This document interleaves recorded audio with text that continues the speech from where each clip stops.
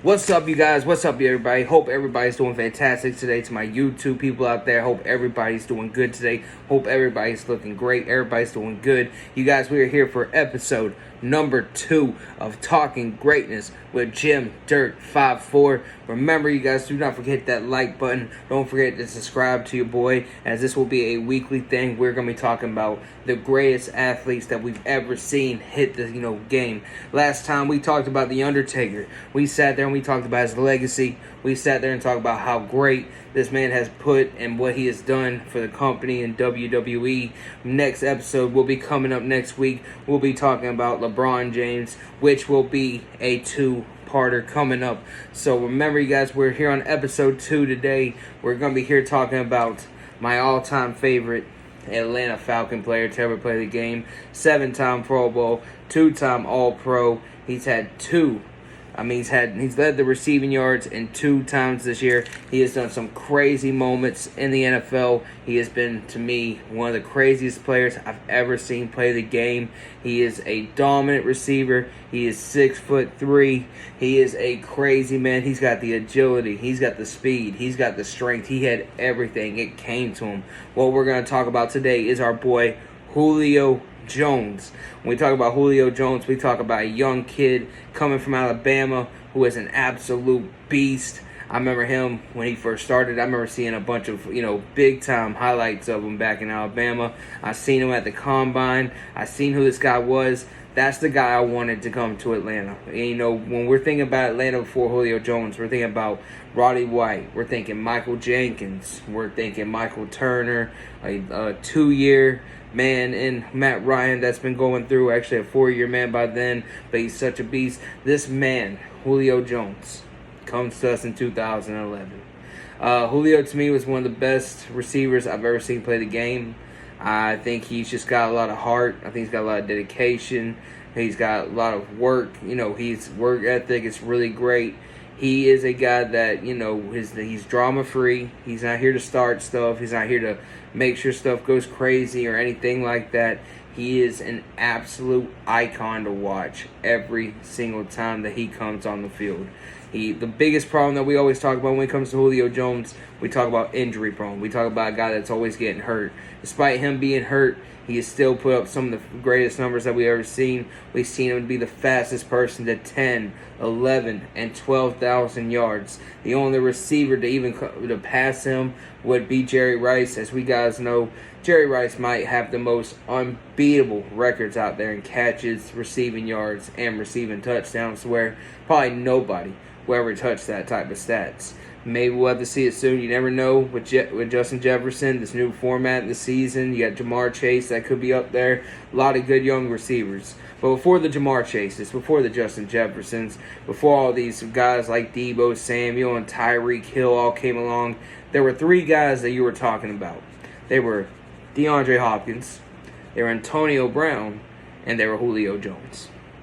So I'm going to take you guys through today and tell you some of my personal favorite memorable games about him, some great statistics about what he's done for this league, and basically just tell you guys like that. And we'll go ahead and get started, starting out with 2011. 2011, memorable year for this man, Julio Jones. I remember him. He's the only year they had dreads all season. It was kind of funny because he shaved them by the next year, and it made it kind of funny how he, he wanted to be a fade type guy. Respect to him on that. I think there was just a switch happened to him when we got in 2012. But we go in 2011. He comes in and he has his first 2 games in 2011 that are actually good. He has his first back-to-back 100-yard games. He drops 127 yards and 115 yards in back-to-back games, which is very incredible for that man, Julio Jones, especially at a young stage. This was the starting point for me to start understanding that Julio is the guy. He is going to be the guy that's going to take over. Of course, about 2011, you're thinking Roddy White. That's the main guy that's running the team. You still got Tony Gonzalez that was helping you out back then. So you had people on that squad that, you said, yeah, we're the number ones right now, but we know that Julio Jones is going to come from your job. Remember in 2011, Julio had a lot of good plays, a lot of good catches. If we remember the rest of 2011, we actually went to the playoffs and we scored a total of a safety, 2 points. Were destroyed by the Giants, who ended up going that year and winning the Super Bowl, beating us. beating the Packers, beating all that 15-1 Packers one was kind of crazy. And then, beating the 49ers. He did all his thing. The Giants did their thing. 2012, we started to go forward. We start realizing that Julio is not going to be this guy that's going to be messed with. He's not going to be this type of guy that's going to be so, most dominant. So we talk about 2012. I got actually a memorable game throughout the regular season. Great year for us. I remember we started off 8-0. It was a great, great season, especially when you start 8-0, man. You're feeling good for your team. You're feeling like this is definitely a Super Bowl type team. One of the most memorable games I was going to was a week before Christmas. We were taking on the Giants, and this is, to me, the best game I've ever been to a Falcon game of all time. It was awesome to be there. 2012, we're in Atlanta facing New York Giants. We remember the New York Giants the year before. They beat us 24-2, and then they were the Super Bowl champs. So we had a bunch of stuff like that weighed on us. We understand that. We had end zone seats. And to see a score go up 34-0, where we shut them out. No score for the Giants. Giants couldn't even get a first down coming down the field. We shut them down. It was the best game I've ever seen. And when we talk about Julio Jones, the best play that I've ever seen.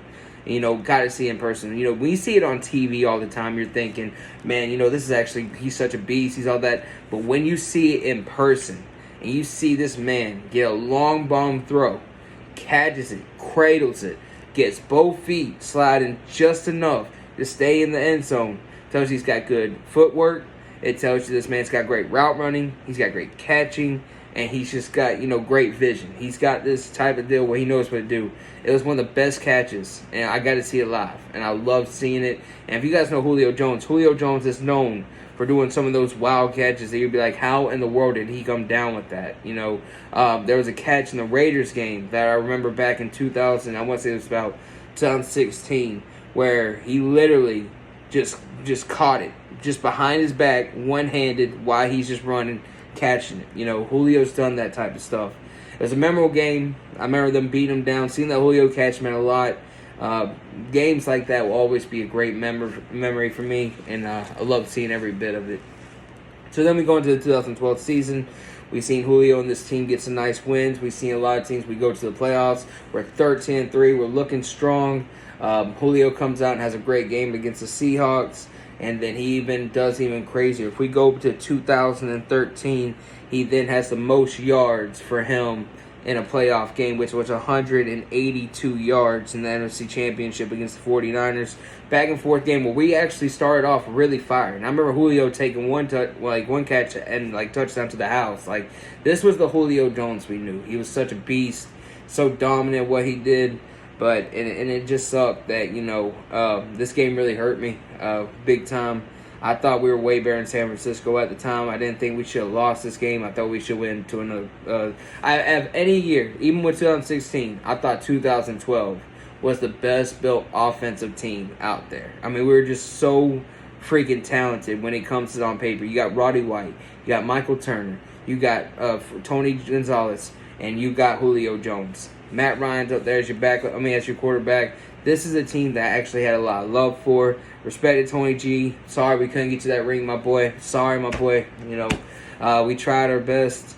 I still believe in that holding call towards the end. My uncle is a huge 49ers fan. He was actually at the game, and he ended up sending me texts and all this kind of stuff. I was hurt. I was pissed. I thought Roddy White was held on the last play. I know it's playoff, football and all that, but I think every play deserves to get ran through, especially stuff like that. Can't really rely on the flag, though, when you think back about it. You got to think about, us letting them come back and just not getting no scores after we started off so hot. And that seems to be like a Falcon-type deal. It's us always coming out and start off in a really fire start, and then all of a sudden we just, we crap ourselves. We can't do it what we used to do.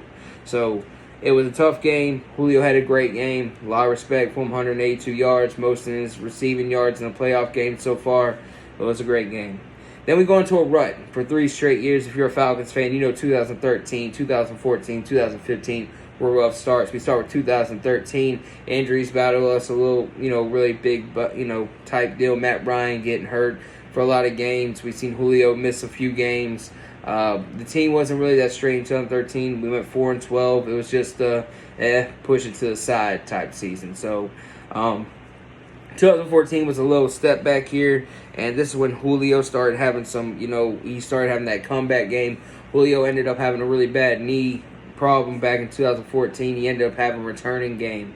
And in his returning game, it was against the St. Louis Rams at the time, 161 yards, 2 touchdowns. This is in 2014. Julio was just having a great year. He had an unbelievable season yet again, dominated in yards. He was just an absolute beast at what he did.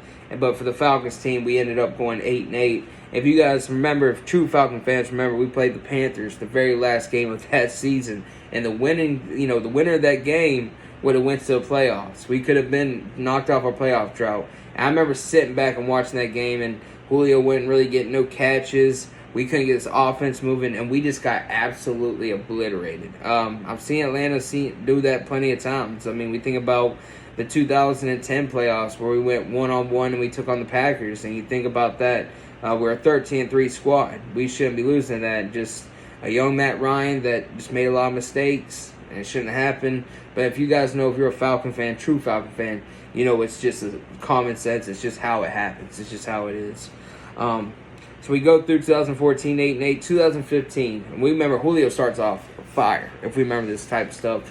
The very first game, we're playing the Eagles, 2015. Such dominance from this team. Julio had an absolutely great first half, 97 yards, 2 touchdowns. He was just having his way. He was such a beast. He ended up with 161 again, or 151, and was just so good on the field. We had our good run the first few weeks. I remember us playing the Cowboys and getting a win. I remember us barely walking away, beating Washington and barely getting a win. We started off absolutely good. I think we started off with 5-0. But to start off 5-0 and finish the season 7-9, to only go 2-9 in your last 11 games shows you something. We had a bunch of issues in 2015, and it's despite the numbers. And you think about this, despite it was a Joe Burrow and Jamar Chase type feeling of this year was the feeling of what I had in 2015. You look at Matt Ryan having basically top 3 in passing yards. Julio Jones is number 1 in receiving yards at 1,871 yards. Unbelievable season. Averaging over 100 yards a game. I mean, that was just a crazy year for that man, Julio, in 2015. Just an absolute beast of what he does. So, gets you type of vibes like that. Because, Joe Burrow was number 1 in passing yards, number 1 receiving. You look at Matt Ryan, Julio doing the same thing. But just a lot of, issues. Kind of like the Bengals. Interceptions, fumbles, couldn't stay on the field. Us was just, we were always fumbling the snap. We couldn't ever seem to do that. A lot of turnovers, a lot of dumb mistakes that you kind of scratch your head about that just didn't make any sense to me. But it was a 3 straight seasons of just getting tired of watching this. And then we go to 2016, to me, which was a great season. To me, it wasn't better than 2010 or 2012 record-wise, but seeing them, how they played every game was just awesome, type do. There was this overtime game that still kills me in 2016 that we should have won. I remember the Seahawks game. This one's the one that really made me mad, was the fact that we could have won in Seattle when Matt Ryan threw a long bomb to our boy Julio. This is another thing that we don't kind of talk a lot about with Julio. Julio was held a lot. Julio got held and a lot of type of stuff. It seemed like he was always getting hold or anything, and the refs would kind of let it go. This man was getting his whole entire arm held the whole entire time that this man was running down the field trying to catch it. Seahawks players holding his hand. I've never seen Dan Quinn go that crazy and snap on the field. And I felt for him. I said, Dan, I feel for you, bro. You should do that because I don't understand what the ref's not seeing over there. This man's getting his whole arm filled, the whole entire play. So Julio got held a lot. We've seen it. We've seen a lot of missed calls come that way. It was a tough game in 2016 to watch something like that. Then we go to the most memorable type games in 2016, which to me, if we're going to any type of memorable type football games, we're going to have to go with the Panthers game in Week 4. In Week 4, 2016, we seen our man Julio Jones pull up to the field and drop 300 yards. It's really hard to hit 300 yards. You always sitting there struggling to just get 100. This man Julio had 300 yards. Matt Ryan threw for over 500. What's a funny fact about this, too, was the fact that this is a team that I drafted. back in the day. I had Matt Ryan as my quarterback and Julio Jones as my receiver. Talk about having the best combo draft wise and fantasy wise, because that's what I wanted to go with. I thought Matt Ryan was gonna have a good year. He ended up being MVP that year. I thought Julio was gonna be dominant again. He had over 1,600 yards again. So some greatness that we've seen. That game to me was awesome. When we think about Julio and all the catches he did in that game and what he did, the biggest play you talk about is the drag route.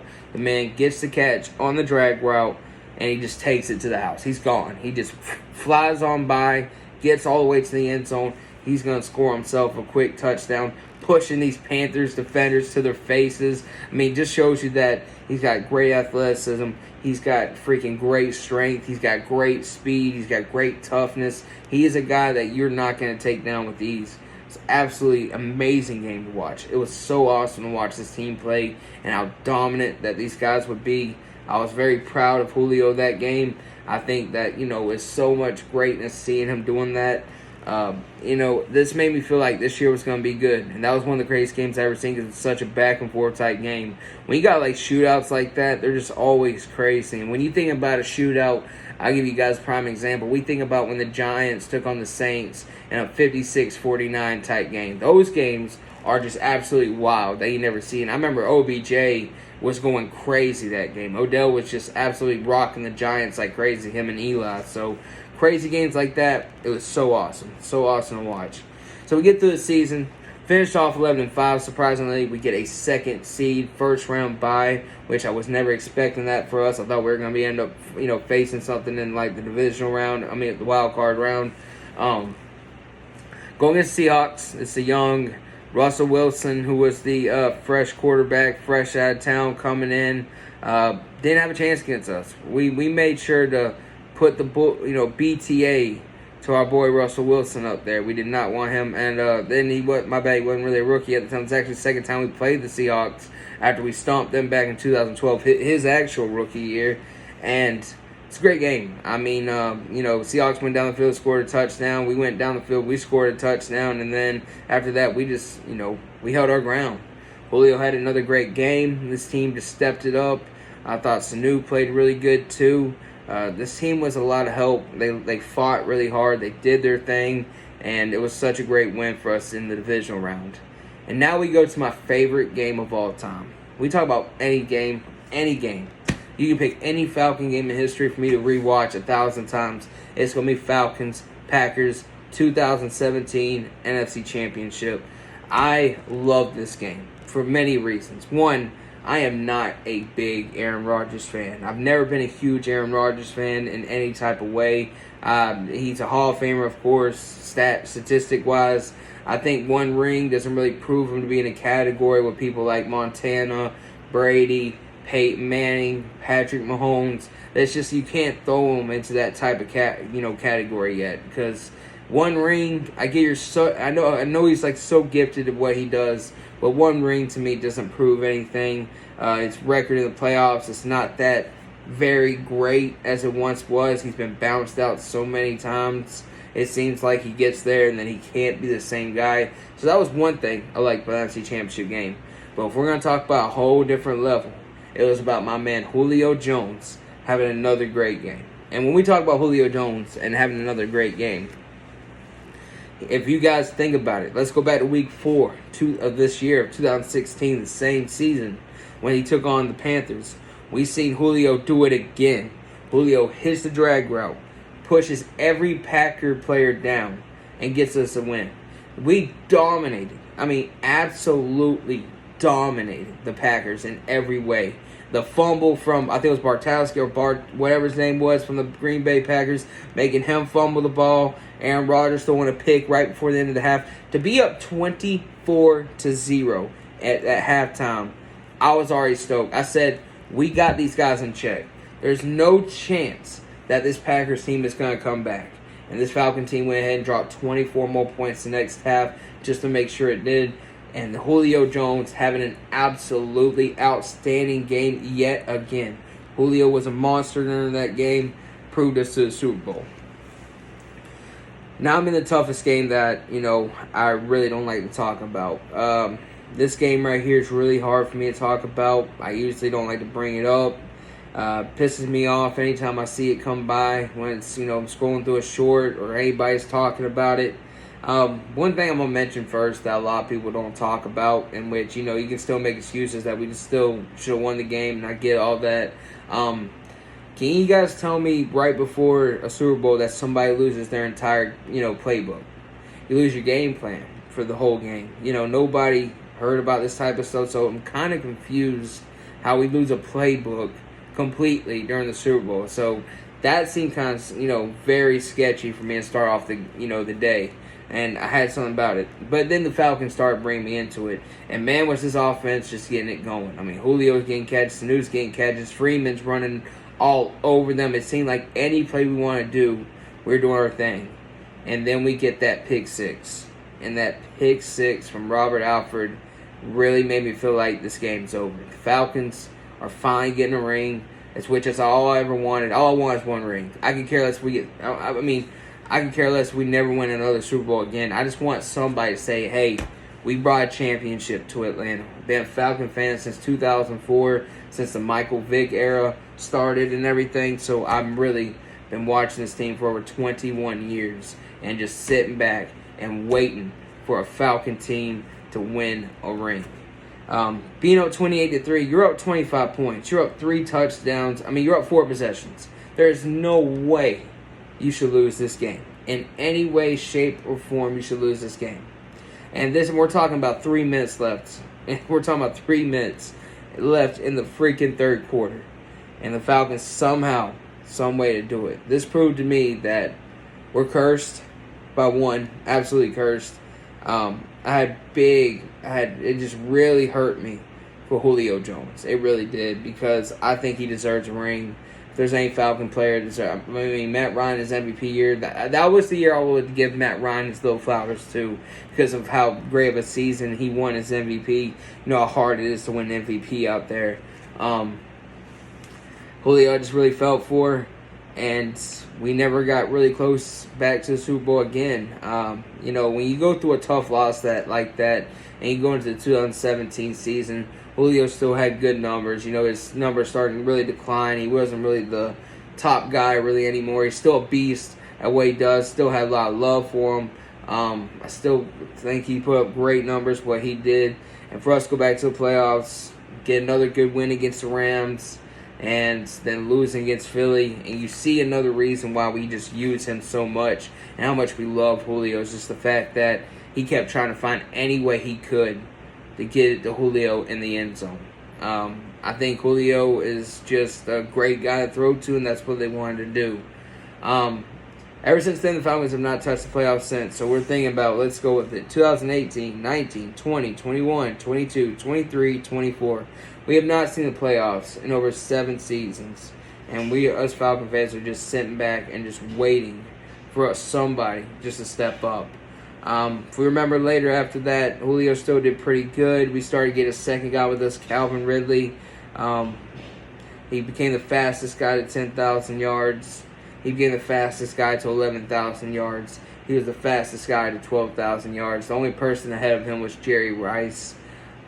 We kind of knew that his career was starting to come to an end. We would try to keep putting pieces with the team and try to, make this team better and better, but it was just at the point where Julio had to find a way to lead the team. And after the 2020 season, that's what really happened. Losing Julio was tough. I knew it was going to be coming sooner or later. You know how the NFL league works. They're always going after the younger players and trying to get the old players out the way. They always want somebody fresh to come in and do this type of deal. Julio went to 2 other teams. He went to the Bucks, tried to go get a ring. He didn't end up going there. He went to the Eagles last year, this year, the year before. Tried to get another ring, couldn't.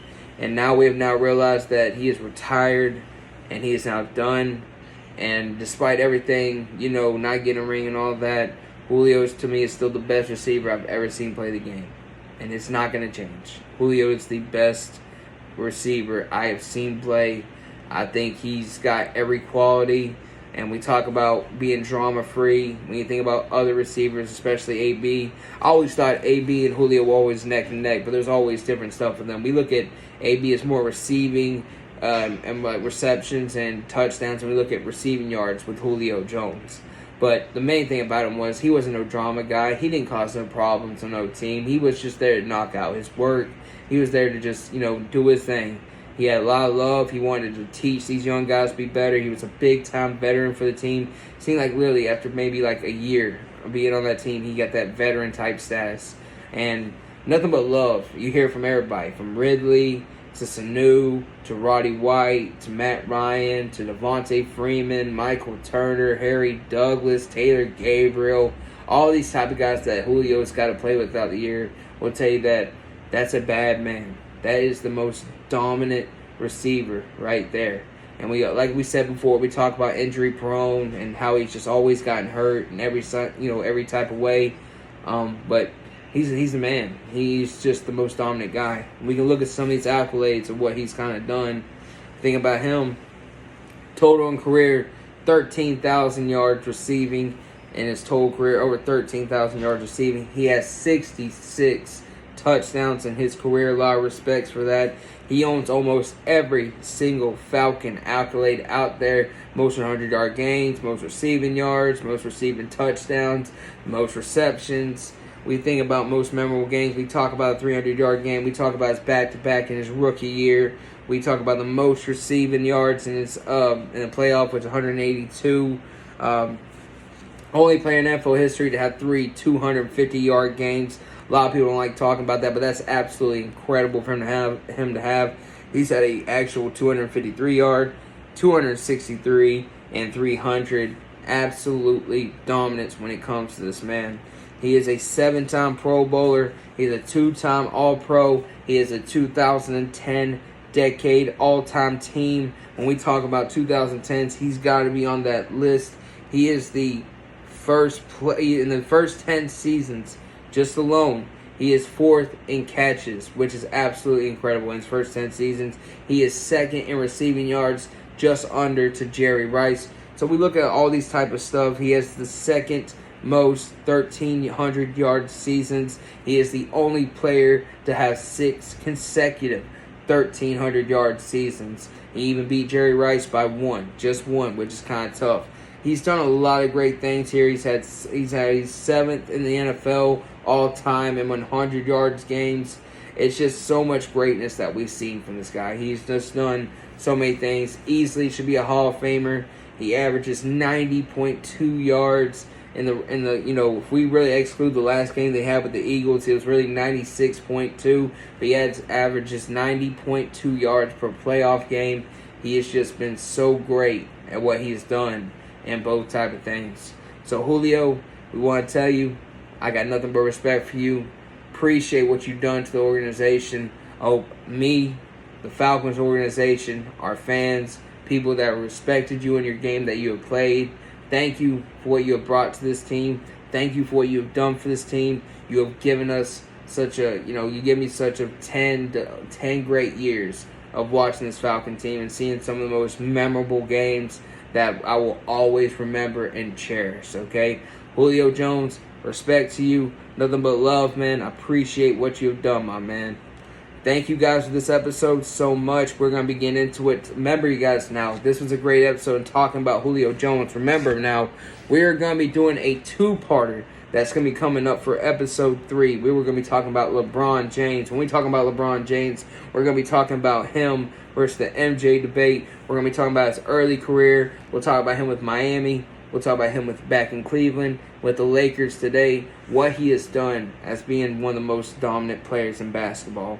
I want to thank you guys again. Remember, this is going to be a weekly podcast, and remember, it's going to be Talking Greatness with your boy Jim Dirt 54. It's going to be on a weekly basis. Make sure you guys give it a listen to. I appreciate all you guys. I love all you guys, my YouTube family out there. Episode 3 will be dropping sometime next week.